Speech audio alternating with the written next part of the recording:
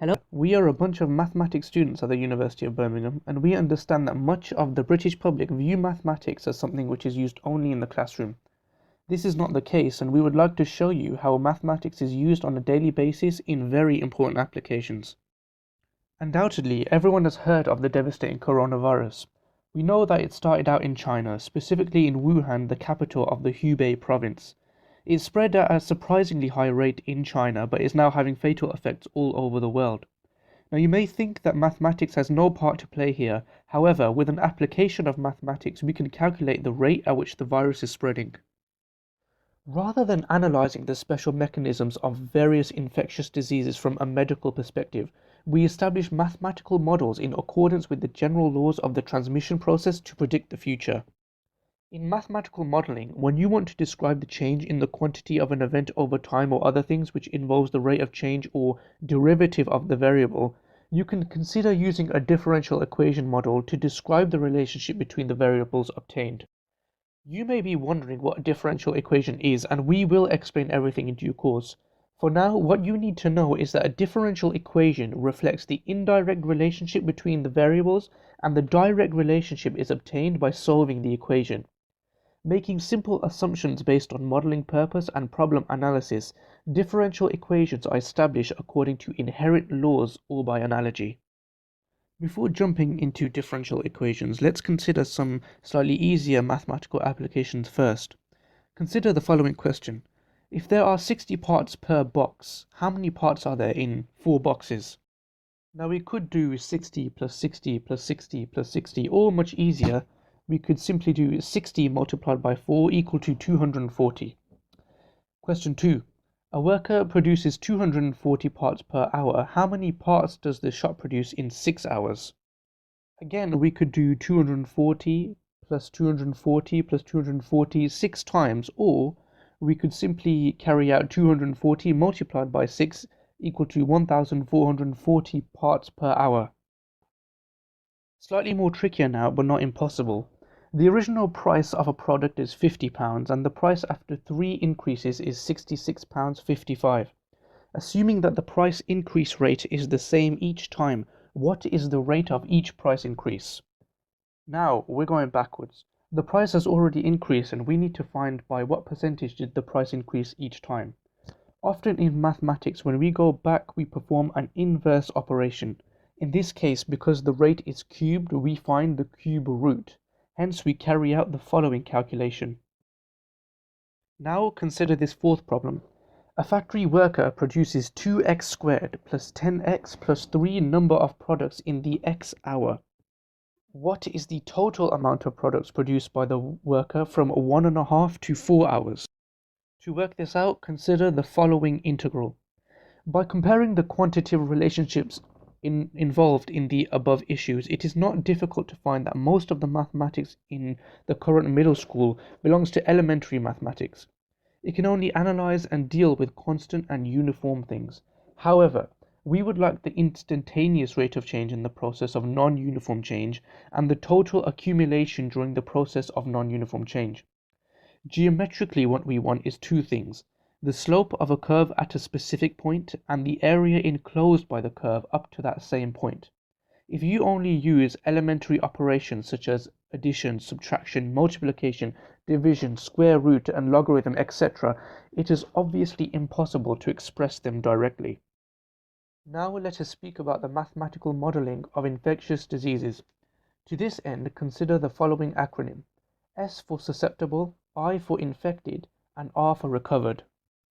The SIR model is a way to model infectious diseases in a large population, developed by Kermack and McKendrick. We assume the population consists of 3 types of individuals, and they are denoted by the letters S, I, and R. All these are functions of the time t, and they change according to a system of differential equations. We have the following assumption. We don't consider the dynamics of birth, death, and population mobility, so the population is a constant in this model. In this example, we suppose each individual has the same possibility to be infected and the same ability to recover.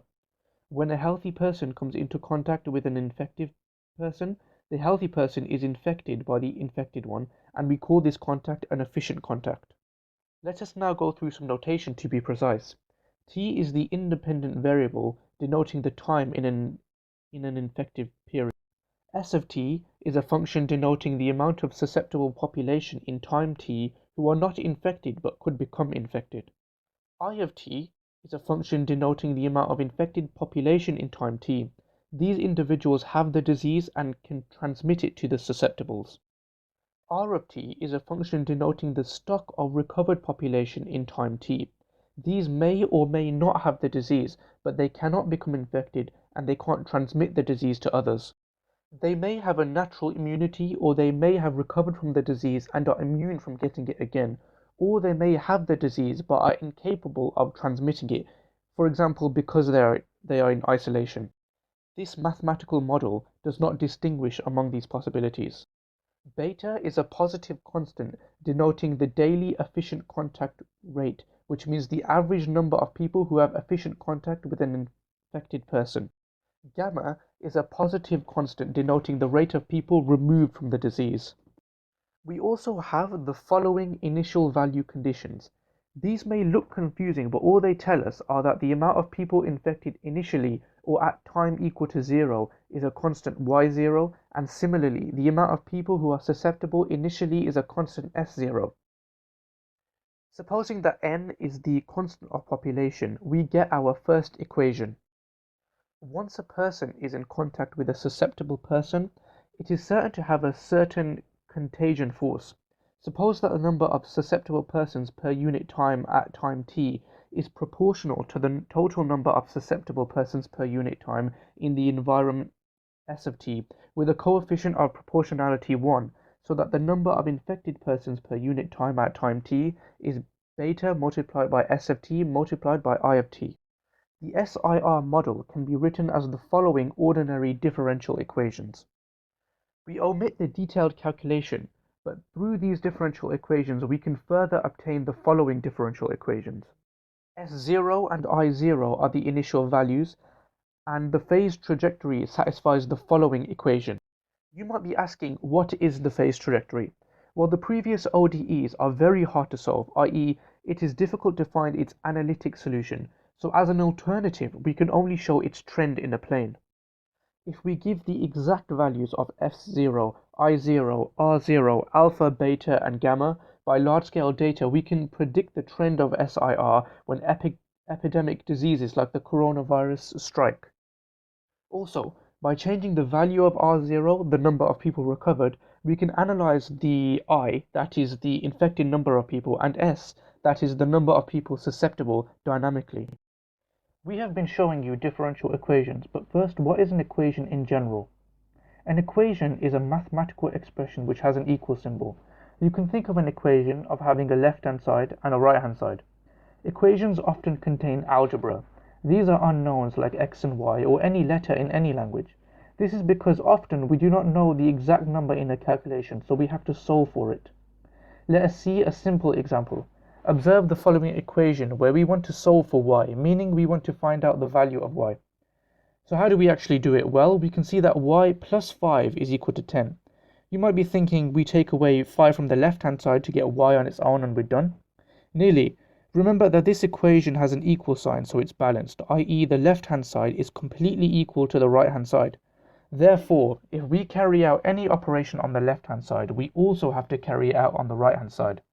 With that in mind, let's try and find y again. It is true that we take away 5 from the left-hand side, but because we must keep the equation balanced, we also have to take 5 from the right-hand side. Therefore, y is equal to 10 minus 5 equal to 5. To quickly check we have the right solution, we can input the value of y back into the equation, and we see that 5 plus 5 is indeed equal to 10. We have seen equations with one unknown, namely y plus 5 is equal to 10. But what if we have two unknowns? In theory, we can have many unknowns, but let's keep it to 2 for now. Mainly, 2 unknowns help us to graph. Basically, I might introduce the equation y equal to x plus 1. First off, we see that without knowing the value of x, we cannot obtain the value of y. Hence, y depends on x. So we call y the dependent variable and x the independent variable, i.e. x is not subject to any constraints, we just pick it randomly or arbitrarily. Let's pick a couple of x's and see the value that y takes. If you drew a simple xy coordinate system and plotted these points, you would see 3 points that you can draw a straight line through. This line is the line y equal to x plus 1, and you have just plotted a linear function. Mathematics is all about the next step. We aim to keep on improving and to discover new things which will simplify a lot of things for us. Now that we know about equations with two unknowns, we should think about the next step. We look at the function that we have and we observe that we have infinitely many points and the function doesn't disappear anywhere. In other words, we can draw it without taking our hand off the paper. A fancy word for this is that the function is continuous. So the next question is, what is the slope of this function? All I mean is the rate of change of the horizontal. But how would we go about finding this slope or derivative? Well, if we go back to our function y equal to x plus 1, the natural way to find out this rate of change is to isolate any point on the line, say 0, 1, go across to 1, 1, that's 1 unit in the horizontal, and then back up to the line 1, 2, that's 1 unit in the vertical. Let's demonstrate. The next step is to divide the vertical component by the horizontal component, and that is the derivative. After all, we want the rate of change of the vertical against the rate of change of the horizontal. You might be thinking that there are many functions more complicated than y equal to x plus 1 that you have seen, and that to use this method to find the slope of the function is tedious and long. I agree with you. The previous method works for simple linear functions, but there is a formula for more complicated functions. It is the following. Let's compute a derivative to get the hang of the method. Consider f of x equal to 2x squared. We see that x is raised to the second power, meaning x is equal to 2. So all we do is bring the power down, but we already have a constant 2 on the outside, so we multiply them to obtain a 4 on the outside. You might be thinking that the last thing to do is to take the power down by 1, and so f prime is equal to 4x to the power 1. But conventionally, when numbers or functions or anything is raised to the power 1, we do not write it. It's great doing maths on a whiteboard in a classroom, but we have to be able to adapt it to real-world scenarios to advance in many areas. One of the ways we apply mathematics to real world is by using differential equations. A differential equation is an equation with a function and one or more of its derivatives. Crucially, we want to solve for the function of y. Let me explain.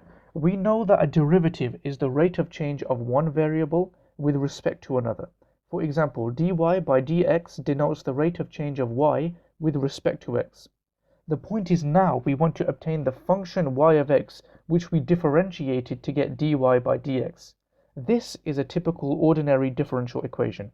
There is some terminology which we should get out of the way before proceeding. The differential equation you see is linear. What this means is the dependent variable y and all its derivatives appear on their own, meaning they have no other function applied to it. They aren't squared, we don't have e to the y, cos y, etc. Furthermore, it is first order.